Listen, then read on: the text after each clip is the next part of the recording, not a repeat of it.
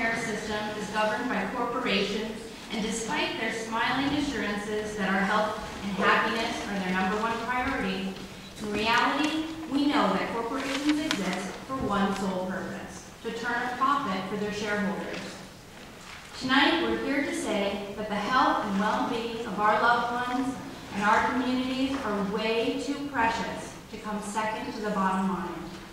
That a healthcare system based on corporate greed has given us all too much human suffering, too many bankruptcies, too much heartache, too many lives unnecessarily ruined or ended. We come to you tonight to demand a healthcare system that is based upon principles that recognize that healthcare is a human right.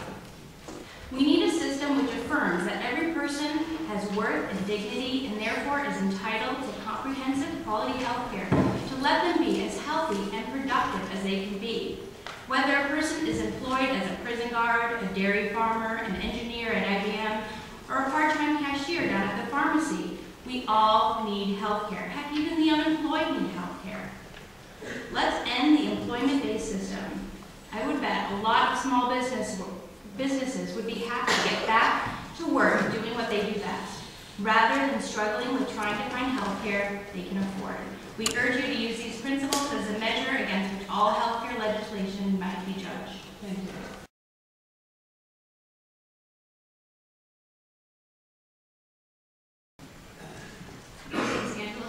I'm from Burlington. I worked in the healthcare system for 3 years as a pharmacy manager. I'm also a representative of the Vermont chapter of Eagle Forum, which is a national women's group. I've read through the healthcare bill and I have many concerns with it. I'll only list a few here. This bill will raise taxes. Page 7, lines 13 through 15 regarding the financing of healthcare. Such financing is best obtained with broad-based taxes, replace insurance premiums and out-of-pocket payments. On page 10, lines 3 through 5, all services covered by a state-sponsored benefits package will be financed primarily from broad-based taxes.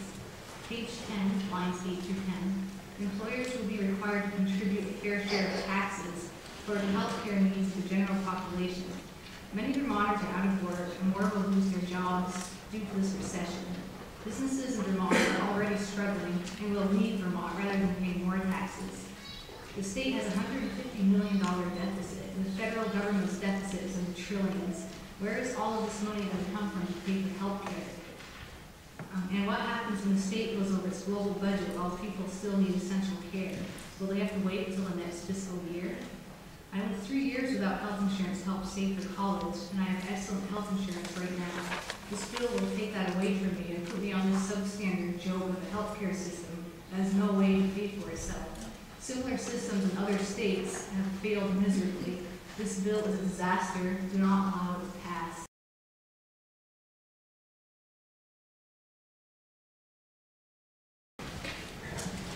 Thank you for letting me speak.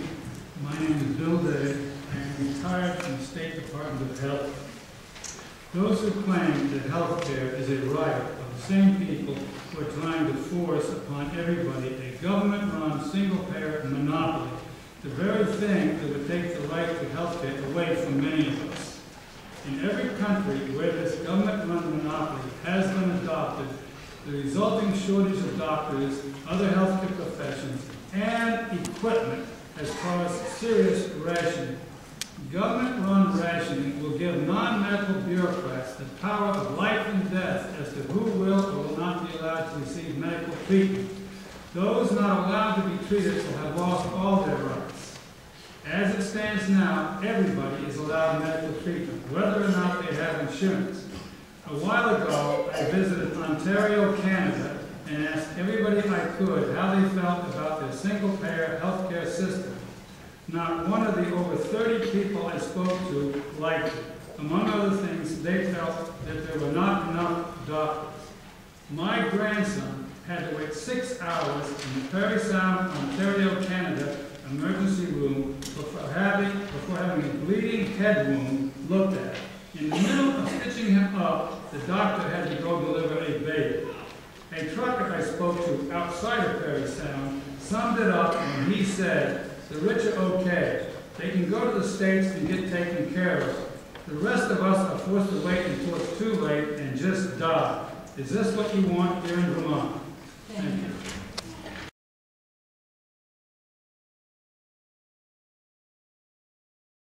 I'd like to thank the committee for permitting me the opportunity to speak. My name is Carroll. I'm a small business owner from Brattleboro. I've lived in Vermont for 30 years, and in that time I've seen health insurance rise from $30 a month to $1,133 a month, all because of government mandates, stuff that you folks have done. Now you propose another government mandate with new taxes on business. The federal government is also proposing new taxes for health care, and Vermont wants new taxes. Where does a small business owner go? Vermont owes over $150 million in debt and unfunded liability. Why universal health care now, in the middle of a recession? My wife and I work 80 hours a week now. Why do you want to burden us like this? Why is it so critical to do this? We're already at risk. You're going to put more businesses at risk when you do this. Thank you very much.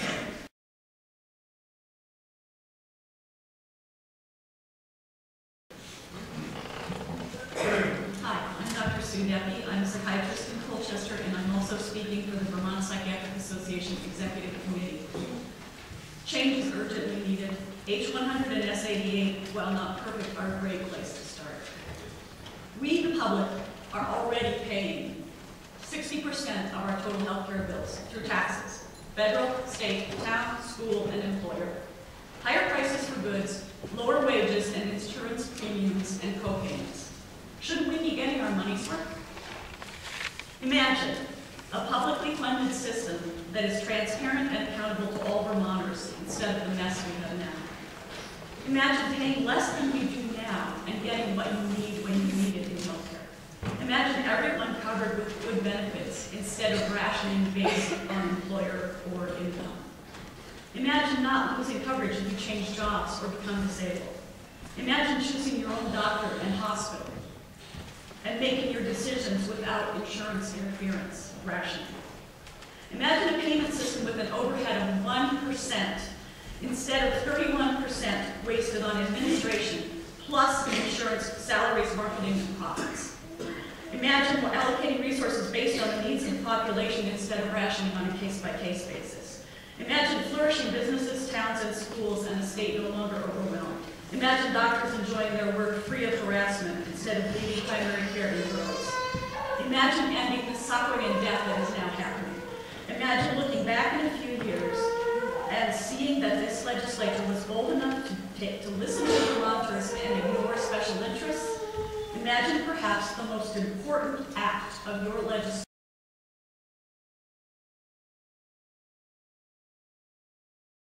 I remember a famous skit by a 20th century comedian named Jack Benny, where a gunman pulls him up and demands, "Your money for your life." Benny, a notorious cheapskate, pauses in thought before the impatient robber.